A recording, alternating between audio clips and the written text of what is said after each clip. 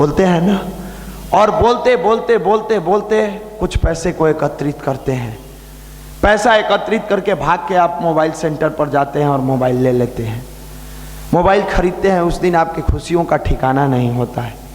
वाह, आज मैंने मोबाइल खरीदा एंड्रॉयड सेट 10,000 में, बहुत सारा फीचर है। आप अपने सारे दोस्तों में अपनी खुशियों को शेयर करते हैं। ध्यान से सुनिएगा, खुशियाँ कैसे बदलती है। और जैसे जैसे आप मोबाइल ले रहे हैं, उसके बाद पैसा तो अभी ख़त्म है, फिर पैसा आएगा, नेट पैक डलाइएगा।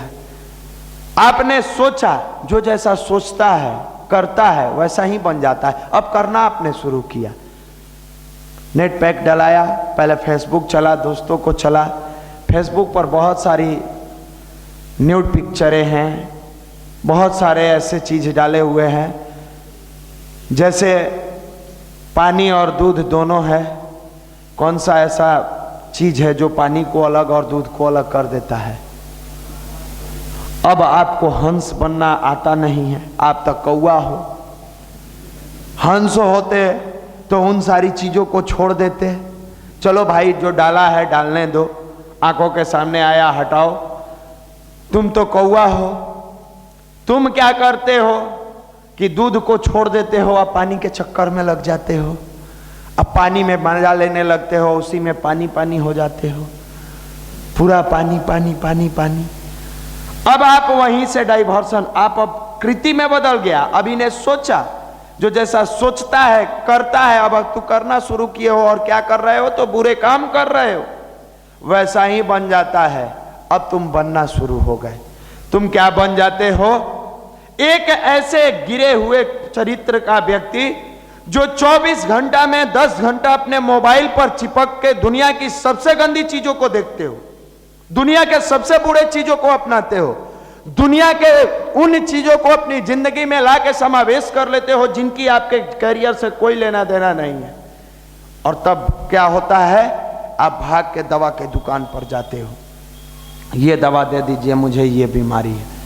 दुनिया में कोई दवा नहीं है जो तुम्हारी बीमारी का इलाज कर दे। अगर कोई दवा है तो उसका नाम स्वाध्याय है। आप पढ़ो ना, उन्नति का मूल ब्रह्मचर्य, परम पूज्य गुरुदेव की किताबें हैं, बहुत साइंटिफिक किताबें गुरुदेव ने लिखा है, तुम्हारी जिंदगी को बदल के रख देगा। अगर नहीं मिले उन्नति का मूल मंत्र ब्रह्मचर्य, तो उसी के पैरेलल एक किताब है ब्रह्मचर्य जीवन की अनिवार्य आवश्यकताएं। क्यों जरूरी है ब्रह्मचर्य जीवन, ये आपको जानना होगा। आप लेकर अपने साहित्य स्टॉल से इन किताबों को पढ़िए।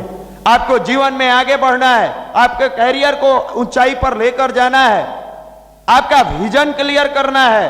कभी एपीजे अब्दुल कलाम जी का किताब पढ़ो, तेजस्वी मन। मन के बारे में, शब्द के बारे में, विचारों के बारे में ताकत पैदा होगा। अपने विजन को और क्लियर करना है, परम पूज्य गुरुदेव की किताबें पढ़िए। मना ही स्थिति बदले तो परिस्थिति बदले। कभी पढ़िएगा इन किताबों को, मना स्थिति बदले तो परिस्थिति बदले। अगर इस किताब को 4 बार पढ़ के अपने मस्तिष्क में आपने डाल लिया, अपने सॉफ्टवेयर में डाउनलोड कर लिया, दुनिया में आपको आगे बढ़ने से कोई नहीं रोक सकता है। आपका मन ही आपको उठाता है, आपका मन ही आपको गिराता है। एक कहानी मैं सुना रहा हूं मन के बारे में और आत्मविश्वास के बारे में। एक बच्चा था, अपने माँ बाप का इकलौता संतान। वो बच्चा बेचारा पढ़ने में मंद बुद्धि बालक था। वो बहुत तेज तरार नहीं था, वरदराज की तरह वो बालक था। रियल घटना है, वरदराज की तरह बेटा था। माँ का इच्छा, पिताजी डेथ कर गए थे, माँ मजदूरी करके बच्चे का पालन पोषण करती थी, बच्चे को खिलाती पिलाती थी। माँ की इच्छा थी बच्चे को अच्छे पद पर ले जाने के लिए, बच्चे को आईएएस बनाने के लिए, बच्चे को अधिकारी बनाने के लिए, कि मेरा बेटा अधिकारी बनके और समाज का कार्य करे, मेरा बेटा पदाधिकारी बनके राष्ट्र हित में काम करे। माँ ने अपने बच्चे को अपने शहर के सबसे अच्छे स्कूल में दाखिला कराया। बच्चा स्कूल जाने लगा। 6 महीना स्कूल जाने के बाद बच्चे के स्कूल से एक लेटर प्रिंसिपल द्वारा दिया जाता है, जाओ अपनी माँ को दे देना। बच्चा लेटर लेके आता है, अपनी माँ को दे देता है। माँ बेचारी लेटर को खोलती है, पढ़ती है। जैसे ही लेटर माँ खोलती है, बच्चे के तरफ देखती है, मुस्कुराती है। बच्चा पूछता है, माँ, प्रिंसिपल सर ने लेटर में क्या लिखा है? उन्होंने इस पत्र में क्या लिखा है माँ? मुस्कुरा के बच्चे के सिर पर आंचल रखते हुए मां कहती है, बेटे, तुम्हारे प्राचार्य जी ने लिखा है, आपका बेटा अति मेधावी छात्र है, आपका बेटा बहुत होनहार छात्र है, आपके बेटे में एक अलग तरह की प्रतिभा है, इस प्रतिभा के लायक मेरे विद्यालय में कोई शिक्षक नहीं है, अतः आपसे निवेदन है कि अपने बच्चे का दाखिला किसी अन्य स्कूल में करा दें। बच्चा मन ही मन सोचता है मैं बहुत तेज हूं, जबकि बच्चा मंद बुद्धि बालक रहता है, जबकि बच्चा पूरे स्कूल का सबसे पुअर स्टूडेंट रहता है। लेकिन देखिए विश्वास और मन की ताकत क्या होती है, इसके बारे में आपको बता रहे हैं। बेचारा मन में महसूस रहा है बच्चा कि मेरे स्कूल में मेरे अनुसार मित्र बन गए थे, मैं फिर दूसरी स्कूल में जाऊंगा और मुझे मित्रता करनी होगी। खैर कोई बात नहीं है, इस बात से बच्चा खुश था कि मैं इतना तेज हूं कि मुझे पढ़ाने के लायक उस स्कूल में कोई टीचर नहीं है। यह सोच के बच्चा मन ही मन खुश था। माँ ने उस बच्चे को एक दूसरे स्कूल में एडमिशन कराया। वहां यह कह के कराया कि चाहे कुछ भी हो जाए, मेरे बच्चे में जो कमजोरी है आप उन्हें दूर करने का प्रयास करें। अगर सारे शिक्षक कमजोर विद्यार्थियों पर हाथ उठाते रहेंगे और कहेंगे कि तुमसे यह सिलेबस पूरा नहीं होगा, तो ये इनकी मानसिकता और कमजोर पड़ जाएगी, ये अंदर से और हतोत्साहित हो जाएगा और ये टूटता चला जाएगा। और राष्ट्र का युवा, राष्ट्र का विद्यार्थी अगर टूटता चला जाएगा तो राष्ट्र कमजोर होता चला जाएगा। हमारे देश में ऐसे शिक्षकों की जरूरत है जो कमजोर मंद बुद्धि बालक, थोड़े से सुस्त स्टूडेंट को अपने शब्दों से प्रोत्साहित करके, अपने विचारों से प्रोत्साहित करके उसको समाज का एक अच्छे पदाधिकारी के पद पर ले जाए, एक अच्छे कर्मचारी के पद पर ले जाए, उसकी क्षमताओं को बढ़ाकर। वैसे जैसे दुबले पतले व्यक्ति को ट्रेनर प्रोत्साहित करते करते जिम में ले जाके वर्क करा के 6 पैक बॉडी वाला युवा तैयार कर देता है, वैसे ही साधारण मानसिकता के लड़के को अच्छे विचारों के साथ साथ अच्छी प्रोत्साहन देकर एक ईमानदार, एक व्यक्तित्व का धनी और एक जिम्मेवार अधिकारी बनाने की मद्दा पैदा करे। आज देश को ऐसे शिक्षकों की जरूरत है। मां का रिक्वेस्ट उस विद्यालय के प्राचार्य ने सुना और बच्चे को बुलाकर मिलवाया। मां बच्चे को हटा के सबसे बात की, फिर बच्चे अंदर गया।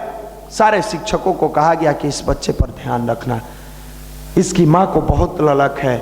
और मेरे मित्र, शेर का भी बच्चा अगर भेड़ के झुंड में रहना शुरू कर दे तो वो भी घास चरना सीख लेता है, वो भी घास चरना सीख लेता है। हम लोग को तो भगवान की सबसे खूबसूरत कलाकृति ये मानव है, सबसे अनमोल तोहफा ये मानव है, सबसे धरती का ताकतवर चीज मानव है, सबसे ताकतवर। आपके पास बौद्धिक क्षमता है, खाने का, पीने का, चलने का, बोलने का, पढ़ने का, जानवरों के पास नहीं है, बाकी अन्य लोगों के, अन्य चीजों के पास नहीं है।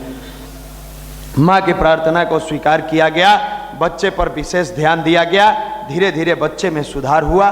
बच्चा 1 2 3 4 ऐसे पास करते हुए 9 10 11 12 ग्रेजुएशन सब में अच्छे नंबर से पास होते होते एक दिन बच्चा IAS बन जाता है। वो बच्चा जिसको स्कूल से निकाल दिया गया था, वो बच्चा IAS बन जाता है। IAS बनने के बाद बच्चा को माँ से लगाव रहता है, क्योंकि पिता के नहीं होने के बावजूद माँ ने मजदूरी करके बच्चे को पढ़ाया था। बच्चा जब सफल बनता है, कुछ दिनों के बाद माँ का देहांत हो जाता है, अंदर से टूट जाता है। जिस पेड़ की छाह में बच्चे ने शरण ली थी और जिस पेड़ के फल को खाकर आज बच्चा तृप्त था, वो पेड़ ही सूख गया। उस माँ ने, जिस माँ ने 9 महीने गर्भ में लग के बच्चे को सीने से लगा के दूध पिलाई थी, पिता के नहीं रहने के बावजूद पिता का प्यार, पिता का स्नेह, पिता की जिम्मेवारी उठाया था, उंगली पकड़कर चलना सिखाने से लेके कंधों पर बैठाकर दुनिया दिखाई थी। आज उस माँ के छोड़ देने पर, शरीर छोड़ने पर बेटा अंदर से टूट जाता है। बेटा अंदर से अपने आप को अकेला महसूस करता है, कमजोर पड़ जाता है। लेकिन मेरे मित्र, नियति को जो मंजूर होगा वो नियत समय पर होकर रहेगा। यह हमारे आपके हाथ की चीज नहीं है। हम कर्म कर सकते हैं, फल पर हमारा कोई बस नहीं चलता है। हम चाहे कर्म करें, कर्म के रूप में सत्कर्म करें या कुकर्म करें, वो हम कर सकते हैं, लेकिन उसका परिणाम हमारे हाथ में नहीं है। सिगरेट हम पी सकते हैं, लेकिन लंग्स हमारा बच जाएगा इसकी गारंटी हम नहीं दे सकते हैं।